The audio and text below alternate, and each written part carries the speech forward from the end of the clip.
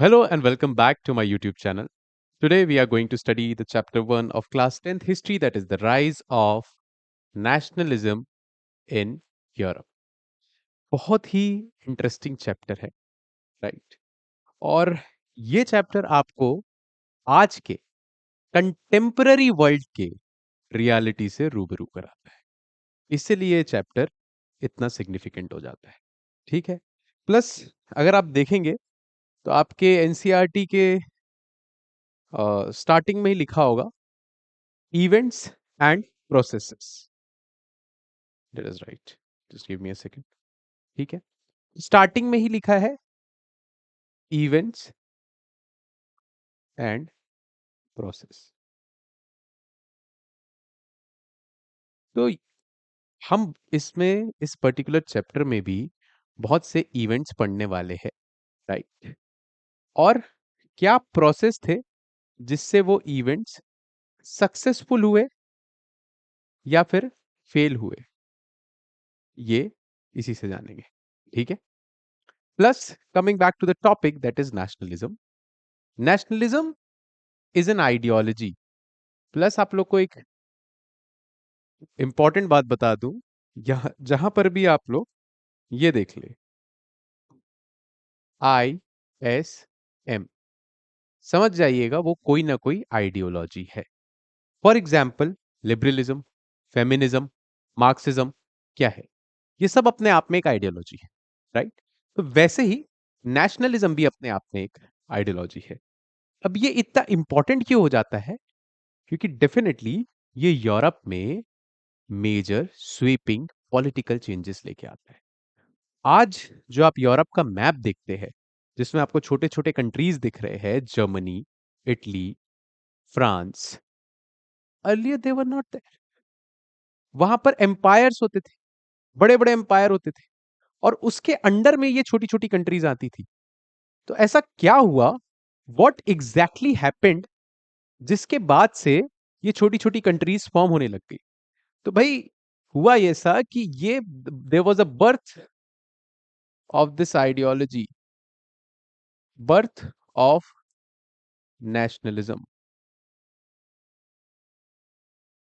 led to the creation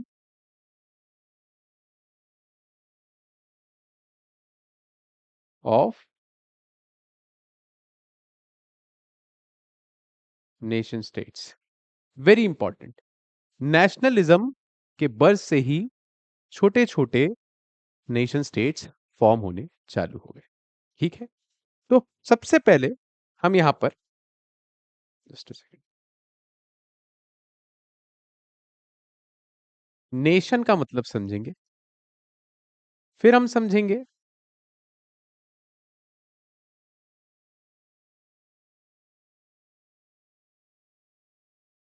nationalism का मतलब क्या होता है, फिर हम समझेंगे कि ये पर्टिकुलर जो आइडियोलॉजी है ये यूरोप में क्या चेंजेस लेके आई, राइट? ओके, यार नेशनलिज्म जितना मुझे लगता है, ऐसा कोई वर्ड, ये वर्ड से आप अनजान तो नहीं होंगे, आप भली भांति जानते होंगे इस वर्ड को, राइट? और स्पेशली आज के दिनों में तो खासकर ये कहा जाता है हमारा जो अभी प्रेजेंट गवर्नमेंट है that is pro nationalist government, right? तो हम लोग पूरे टाइम यही चीजें सुर्खियों में बने रहती है ना। तो जाहिर सी बात है आप नेशनलिज्म वर्ड से अनजान तो नहीं होंगे, राइट? इन सिंपल वर्ड अगर मैं आप लोग को नेशनलिज्म समझाऊं, तो नेशनलिज्म यूनिटी की बात करती है, राइट? ये बात करती है सेंस ऑफ कलेक्टिव बिलोंगिंगनेस, कि हम सब एक है, हम सब जो एक पर्टिकुलर जगह पे रह रहे हैं वो एक है, on the basis of language, caste, creed, sex, culture, anything, right? तो नेशनलिज्म बात करता है about sense of collective belongingness, unity की बात करते हैं, plus love and pride for the nation, for your country, जो आपको अपने देश के प्रति प्यार है, वो आप नेशनलिज्म में समझते हैं, राइट? अब किन पैरामीटर्स पे आप अपने आप को एक समझते हैं? जैसे मान लीजिए आप देखेंगे सेम लैंग्वेज बोलने वाले लोग, they feel that they are one. Same culture के लोग, सेम रीजन के लोग, common past,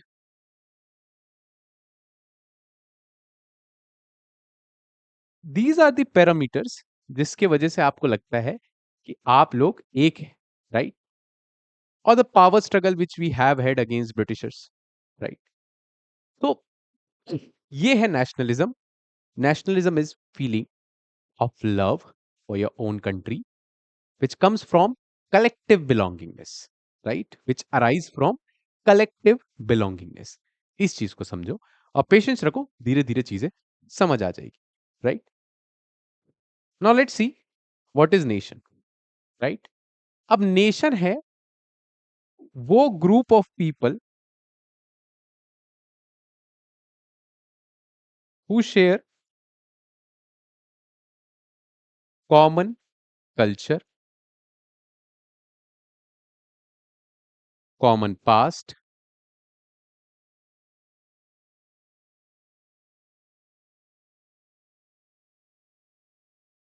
common religion, etcetera, right? ये वो ग्रुप ऑफ लोगों की बात करता है जो कि कॉमन कल्चर शेयर करते हैं। जैसे कि हम ही ले लो, राइट? हम कैसे एक फील कर पाते हैं? क्योंकि हम सब हिंदू कल्चर से जुड़े हुए हैं, राइट? इंडिया में यूजुअली वी सी कि हिंदू कल्चर को फॉलो किया जाता है ना? हिंदू कल्चर की बात कर रहा हूं, रिलीजन की बात नहीं कर रहा हूं, हिंदू कल्चर की बात कर रहा हूं, राइट?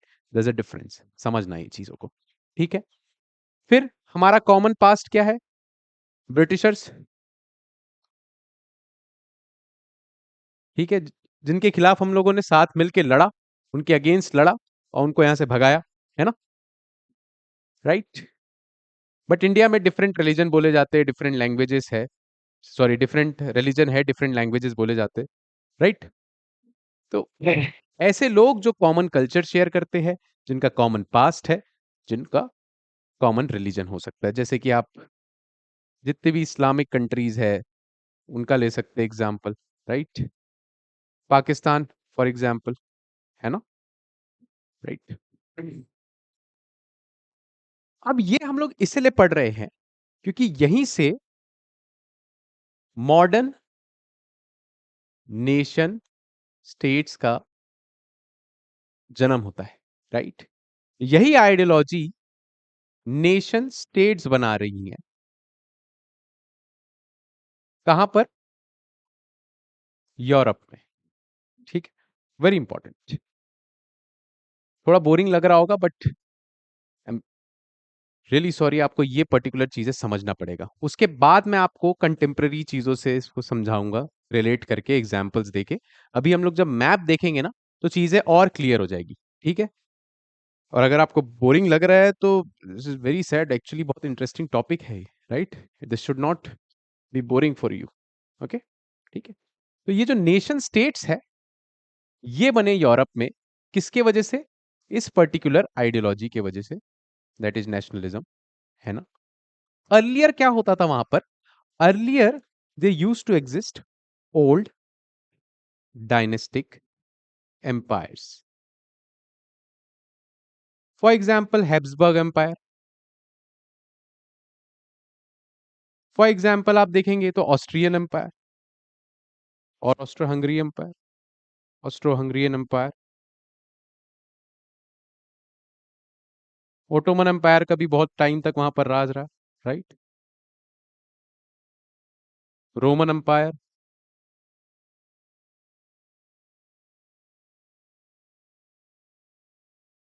राइट? तो ऐसे देखा जाए तो पहले वहां पर डायनेस्टिक एम्पायर्स होते थे। फर्क ये होता था कि उस वक्त पे जो सिटीजन्स हुआ करते थे, they were just mere subjects of the ruler. But यहां पर सिटीजन्स अपने खुद इंडिविजुअलिटी असर्ट करते हैं, सिटीजन्स की राइट्स होते हैं, ठीक है। Everyone is equal before the law, that is equality before the law. हर कोई कानून के आगे समान है। यहाँ रूल ऑफ लॉ अप्लाई होता है। जो आपका देश है वो एक कॉन्स्टिट्यूशन से गवर्न होगा, राइट। जो गवर्नमेंट है वो भी अकाउंटेबल होगी लॉ को, राइट। यहां पर नेशन स्टेट्स में you see that even government is accountable. यहां पर जो राजा थे वो किसी को अकाउंटेबल नहीं है, वो अपनी मनमर्जी कर सकते हैं। कहते हैं ना, पावर करप्ट्स और एब्सोल्यूट पावर करप्ट्स एब्सोल्यूटली। तो यहां पर करप्ट होने के चांसेस ज्यादा होते थे, राइट। यहां हमने समझा कि व्हाट इज नेशन। फिर हमने समझा नेशनलिज्म क्या है। एक आइडियोलॉजी है जो कि यूरोप में मेजर चेंजेस लेके आई और उसी से नेशन स्टेट्स का फॉर्मेशन होता है। पहले यूरोप में ओल्ड डायनेस्टिक एम्पायर्स एग्जिस्ट करते थे, ठीक है। यहां पर पहले ओल्ड डायनेस्टिक एम्पायर्स एग्जिस्ट कर रहे थे, for example Habsburg empire, Austro Hungarian empire, Ottoman empire, right. अब यहां से इसका नेशनलिज्म का एक और एग्जांपल देखें तो यहां पर सारे लैंग्वेज बोलने वाले लोग, सारे रेस के लोग, सारे रिलीजन के लोग, they all were living under the same, under the one canopy, under the one umbrella, ठीक है, under the one larger canopy. एक मोनार्क के अंडर में ये सब लोग रहते थे, ठीक है। बट यहां पर इनके जो रूलर है वो इनके खुद के क्लैन के, खुद के ग्रुप के है, खुद के कम्युनिटी के है, तो उनके साथ ये ज्यादा कनेक्टेड फील करते हैं, ठीक है। यहां पर अपनी खुद की आइडेंटिटी आप देख पा रहे, बट यहां पर आपकी जो आइडेंटिटी है वो रूलर से एसोसिएटेड है, राइट। इसको हम आगे चल के एक और डिफरेंसेस देखेंगे नेशन स्टेट्स और ओल्ड डायनेस्टिक एम्पायर्स में, ठीक है।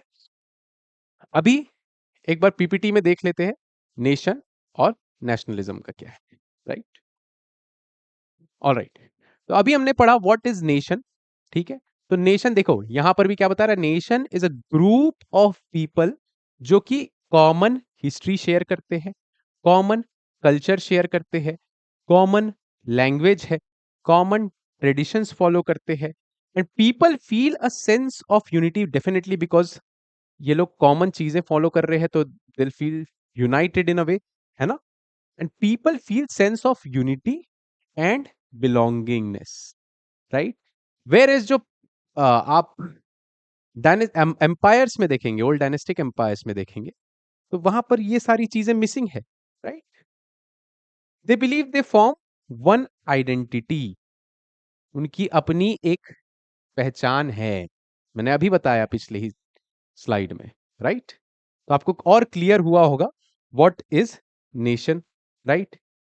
इंडिया का आप यूनिक केस ले लीजिए, हालांकि ये आपके एनसीईआरटी में मेंशन नहीं है, बट ठीक है, फिर भी हम लोग इंडिया के एक बार एग्जाम्पल ले लेते हैं क्योंकि डेफिनेटली जो चीजें हमारे लिए ज्यादा क्लोज होती है, जहां हम रह रहे हैं उन उससे अगर आप रिलेट करके देखेंगे तो आपको ज्यादा समझ आएगा। हालांकि अगला चैप्टर जो आप पढ़ेंगे, नेक्स्ट चैप्टर जो आप पढ़ेंगे वो नेशनलिज्म इन इंडिया ही है, बट स्टिल यू नो जो पहली बार पढ़ रहे हैं उनके लिए काफी रेलिवेंट हो जाएगा यहाँ से चीजें, राइट। अब इंडिया में जैसे बात करता है कॉमन हिस्ट्री की, right, we have had common history, as I said, power struggle against whom, Britishers. हमने ब्रिटिशर्स के खिलाफ लड़ा, एक साथ लड़ा, राइट। अब चाहे कोई नॉर्थ का हो या साउथ का हो या वेस्ट का हो, ईस्ट का हो या सेंट्रल इंडिया का क्यों ना हो, बट जब आप साथ में एक एनिमी के खिलाफ लड़ते हैं तो आपको एक sense of collective belongingness develop होता है वहां से, राइट। फिर आप देखते हैं कॉमन लैंग्वेज, तो ज्यादातर इंडिया में हिंदी बोली जाती है, right. But India is a state जहां पर मल्टीपल नेशन एग्जिस्ट करते हैं, राइट। ऐसा नहीं है कि इंडिया में एक कॉमन लैंग्वेज है। बोलते हैं कि कोस कोस में बदले पानी और चार कोस में वाणी। इंडिया में कोस कोस में पानी बदल जाता है और चार कोस में वाणी बदल जाती है। एक कोस में कुछ मतलब 4 किलोमीटर 5 किलोमीटर होते हैं, तो हर 20 किलोमीटर में इंडिया में वाणी बदल जाती है, ठीक है। तो आपने पढ़ा भी होगा एक्चुअली वो चैप्टर यूनिटी इन डाइवर्सिटी। हम लोग का थोड़ा सा एक यूनिक कंसेप्ट है, इसलिए मैंने बोला हमारा थोड़ा स्ट्रेंज केस है, हमारा थोड़ा डिफरेंट है, राइट? एनीवेज, फिर इसी वजह से लोगों में एक यूनिटी फील होती है, यूनाइटेड फील करते हैं वो अपने आप को, right? They believe they form one identity. हमको फील होता है कि हम क्या है, इंडियन है, we are Indian. Before arrival of Britishers आप नहीं देखेंगे कि कोई इंडिया का कॉन्सेप्ट है, राइट? अब नॉर्थ के लोग अलग है, साउथ के लोग अलग है, वेस्ट के अलग है, ईस्ट के अलग है, एक कंट्री नहीं हो रही थी। अभी ये जो एक फिक्स टेरिटरी है, यहाँ पर नेशन स्टेट का एक और फीचर है, आप लिख लीजिए। यहां आपको ना फिक्स टेरिटरी देखने को मिलती है, you will see fixed territory. Where is पहले का क्या होता था, एम्पायर्स में क्या होते थे, जहां तक राजा का राज है, कोई ऐसा फिक्स टेरिटरी नहीं है, जहां तक उसका इन्फ्लुएंस है वो अपना है, राइट? जैसे अगर पहले हम लोग क्या बोलते हैं, हिंद कुश भी हमारा था, अफगानिस्तान भी हमारा था, वहां तक हिंदुइज्म फैला हुआ था, राइट? इवन इंडोनेशिया तक हिंदुइज्म फैला हुआ था। तो अगर आप इस कल्चर के अकॉर्डिंग देखेंगे तो इंडिया का मैप, मतलब हमारा कंट्री जो था वो तो बहुत ही बड़ा हो सकता है, राइट? बट ऐसा नहीं होता है। नेशन स्टेट में you need to have fix territory, है ना? वहीं पर आप अपना पावर एक्सरसाइज करेंगे, कंट्रोल एक्सरसाइज करेंगे, ठीक है? ऑलराइट, आगे बढ़ते हैं। अब देखते हैं, अभी हमने देखा नेशन, ठीक है? याद रखिएगा, नेशन एक ग्रुप ऑफ पीपल की बात कर रहा है, right? Where is nationalism is a feeling. Nationalism feeling है, feeling of love, pride and loyalty towards one's nation, right? It creates a sense of collective identity. अभी हमने देखा कैसे एक कलेक्टिव आइडेंटिटी क्रिएट हो रही है ना? फिर it motivates people to fight against operation. अब जाहिर सी बात है, अब जब कलेक्टिव आइडेंटिटी फील हो रही है, हम सब एक है, तो अगर एक पे भी हमला होगा तो वो हम सब पे कंसिडर किया जाएगा, ठीक है? जैसे आपके घर पे कोई अगर हमला करेगा, कोई आपके घर पे पत्थर फेंक के मारेगा, तो आप चुप तो नहीं बैठेंगे ना? वैसे ही नेशन जो है वो आपका खुद का एक घर बन जाता है। क्यों? क्योंकि ये आपको एक कलेक्टिव बिलोंगिंगनेस की फीलिंग देता है, राइट?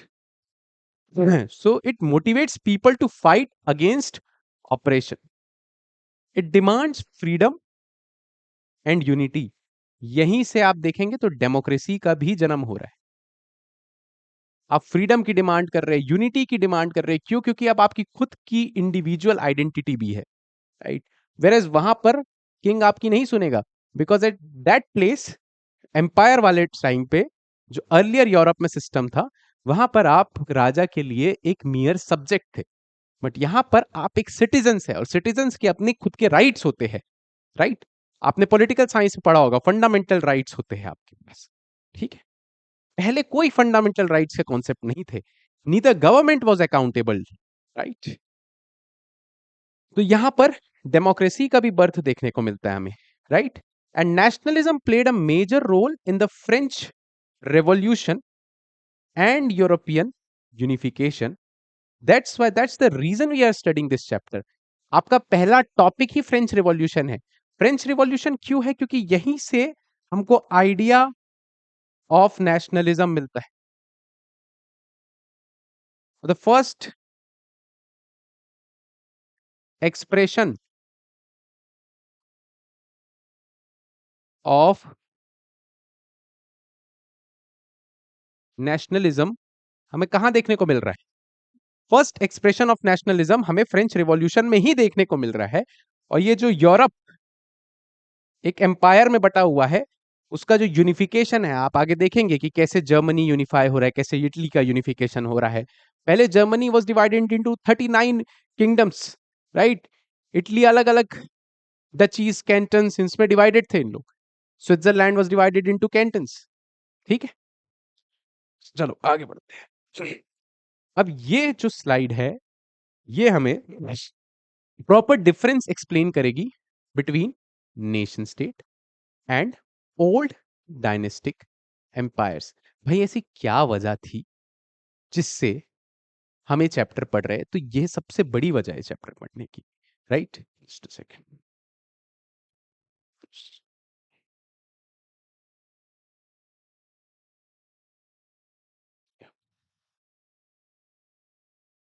जस्ट होप ब्लर नहीं हो रहा होगा। ठीक है, कोई बात नहीं।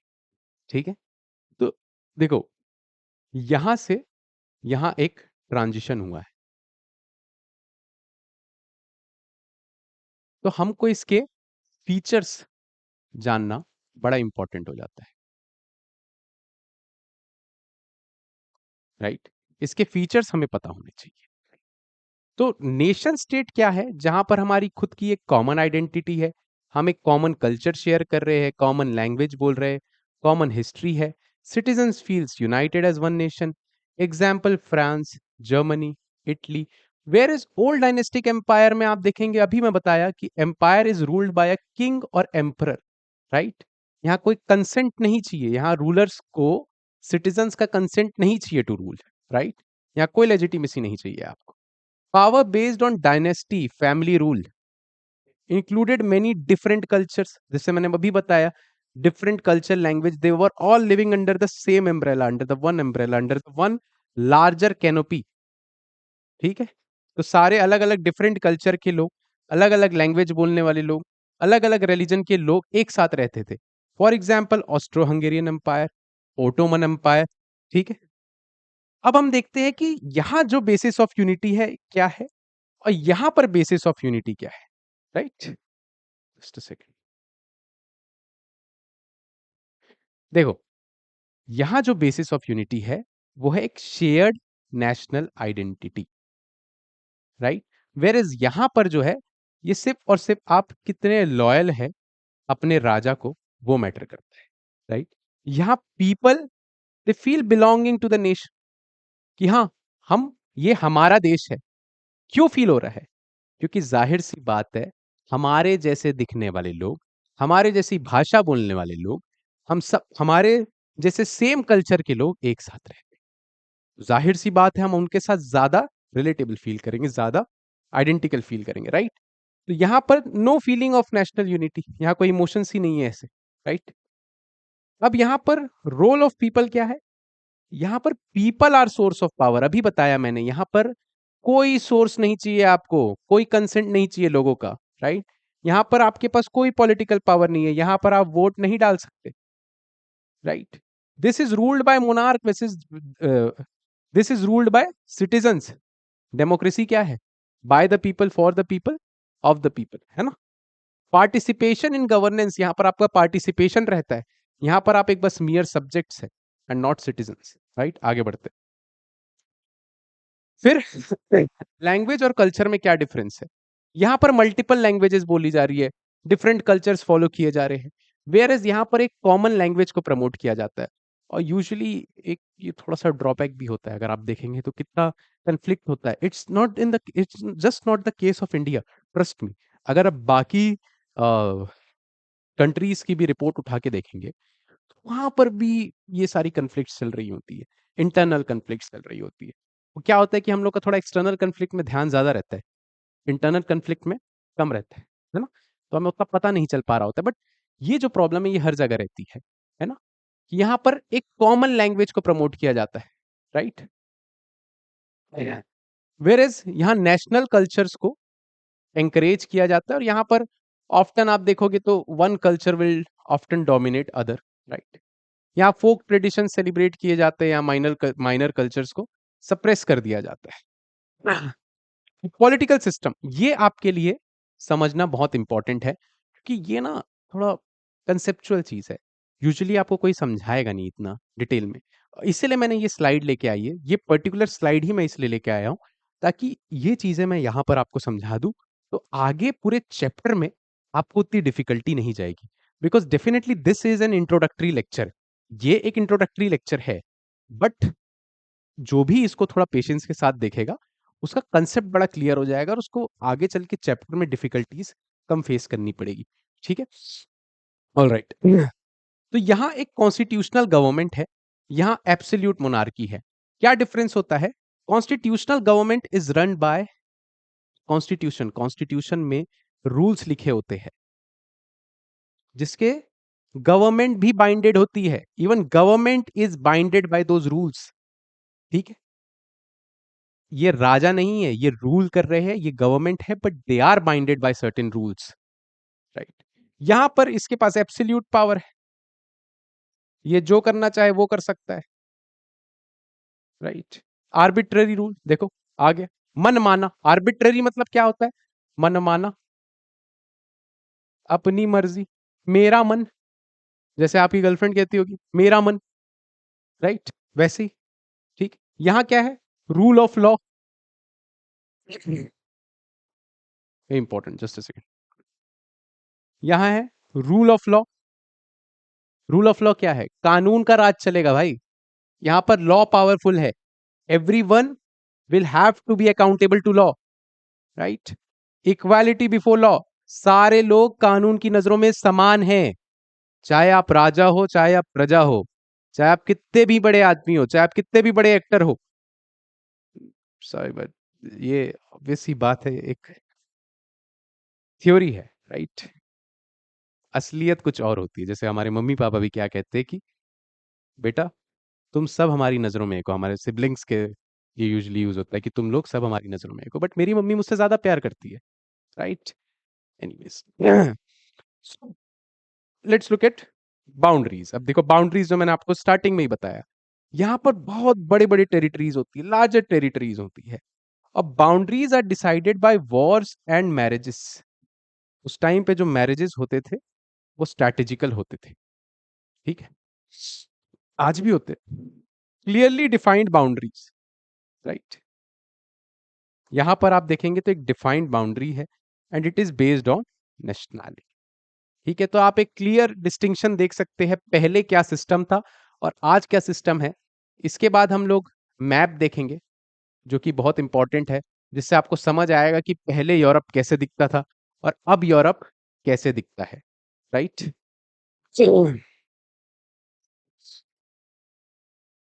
सी, this is Europe before the treaty of Vienna 1815।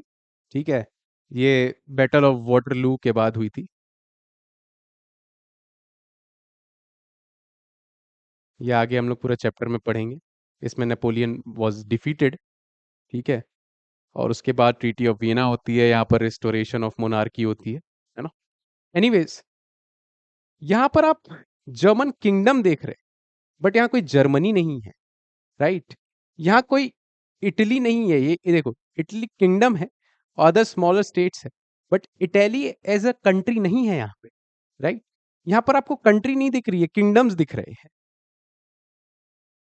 ये ऑस्ट्रियन एम्पायर है। प्रूशिया दिख रहा है आपको। आज के डेट में प्रूशिया क्या आपसे पूछेंगे तो आपको नहीं पता होगा। प्रूशिया जर्मनी का ही पार्ट, मतलब जर्मनी का ही पार्ट था। 39 स्टेट्स थे, अलग अलग डिफरेंट डिफरेंट स्टेट्स थे, राइट। देखो किंगडम ऑफ डेनमार्क है, किंगडम ऑफ नेदरलैंड है, वेरी इंपॉर्टेंट सी, ओटोमन एम्पायर। और वेर एज आप आज देखेंगे, आज का जो मैप है, और you can say I guess this map is of 1900s, right. तो यहाँ पर आपको क्लियरली नेशन स्टेट्स बने हुए दिख सकते हैं, Germany, France, Spain, Portugal, Italy, Yugoslavia, Hungary, Romania. तो देखो जो छोटी छोटी कंट्रीज है कैसे अपनी आइडेंटिटी और अपने सेंस ऑफ कलेक्टिव बिलोंगिंगनेस के द्वारा इन्होंने अपने अपने छोटे छोटे कंट्री बना लिया ना। ये है, इसलिए इस वजह से हम ये चैप्टर पढ़ रहे हैं, ठीक है। फिर देख लेते हैं हम इस पूरे चैप्टर में क्या क्या पढ़ने वाले हैं, ठीक है। तो हम पढ़ेंगे सबसे पहला topic, that is French revolution and the idea of Nations, जिसमें हम डेफिनेटली देखेंगे कि जो फ्रेंच रिवॉल्यूशनरीज थे वैसे क्या क्या स्ट्रैटेजीज का इस्तेमाल करे टू स्टैब्लिश दिस, राइट। फिर also we'll see what were the changes introduced by the French revolution, क्या क्या चेंजेस आए, है ना। Liberty, equality, fraternity, rule of law, equality before law, ये सारे फ्रेंच रिवॉल्यूशन के कॉन्सेप्ट हैं, सारे के सारे, right. Also there were other changes which were introduced by the French revolution, जो हम लोग चैप्टर में पढ़ेंगे। फिर हम देखेंगे the making of nationalism in Europe. ये बहुत इंपॉर्टेंट चैप्टर, ये बहुत इंपॉर्टेंट पार्ट है, सॉरी।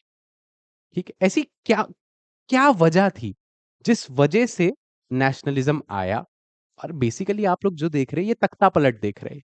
ठीक है? पावर शिफ्ट हो रही है अभी। ओल्ड सिस्टम से न्यू सिस्टम की ओर जा रही है। ठीक है? यहां पर आप देखेंगे कंजर्वेटिव की लड़ाई versus liberals, right? Just a second, इसको थोड़ा अच्छे से लिख देते हैं। कंजर्वेटिव्स की लड़ाई है वर्सेस लिबरल्स। ये पुराने ख्यालात वाले हैं, ये नए ख्यालात वाले हैं। अब जो लोग के बीच में लड़ाई होगी तो डेफिनेटली रेवोल्यूशन तो इनएविटेबल है। आपको रेवोल्यूशन तो देखने को मिलेगा ही, है ना? अब रेवोल्यूशन होगा तो रेवोल्यूशन के आउटकम भी होंगे। आउटकम क्या है? Unification of Germany and Italy. और ये जो मेकिंग ऑफ नेशनलिज्म चल रहा था ना, सॉरी एक इंपॉर्टेंट पार्ट बताना भूल गया आप लोग को। इसमें एक बड़ा इंपॉर्टेंट चीज है, एडुकेटेड मिडिल क्लास का जो रोल है। एक बात हमेशा याद रखो बेटा, जो सबसे बड़े-बड़े जो चेंजेस आया ना आज तक हिस्ट्री में, वो हमेशा मिडिल क्लास ही लेके आते हैं। जो बहुत बड़े चेंजेस होते हैं। क्योंकि जो लोअर क्लास है उनके पास तो इतने रिसोर्सेस अवेलेबल है नहीं कि वो इतने बड़े चेंजेस लेके आए। ठीक है? तो it's always middle class, it's always middle class. यहाँ से आपको रोल पता चलेगा मिडिल क्लास का। ठीक है? और आपको कभी अपने मिडिल क्लास होने पे शायद शर्म ना, इनफैक्ट गर्व हो यहाँ से, है ना? तो unification of Germany and Italy देखने को मिलेगा। फिर हम यहाँ पर एक यूनिक केस देखेंगे, स्ट्रेंज केस ऑफ ब्रिटेन देखेंगे, राइट? फिर हम देखेंगे विजुअलाइजिंग द नेशन, जहाँ पर हम एलिगोरीज का यूज करते हैं, राइट? स्टोरीज का यूज करते हैं, है ना? फिर नेशनलिज्म और इंपीरियलिज्म के बीच में डिफरेंस देखेंगे, राइट? ये है जो हम लोग को पूरे चैप्टर में कवर करना है, और काफी कुछ हम लोग सीखेंगे भी इस चैप्टर में। ठीक है? तो आज का लेक्चर एक इंट्रोडक्टरी लेक्चर था, एंड आई होप आपको ये चीजें समझ आई होगी। Thank you.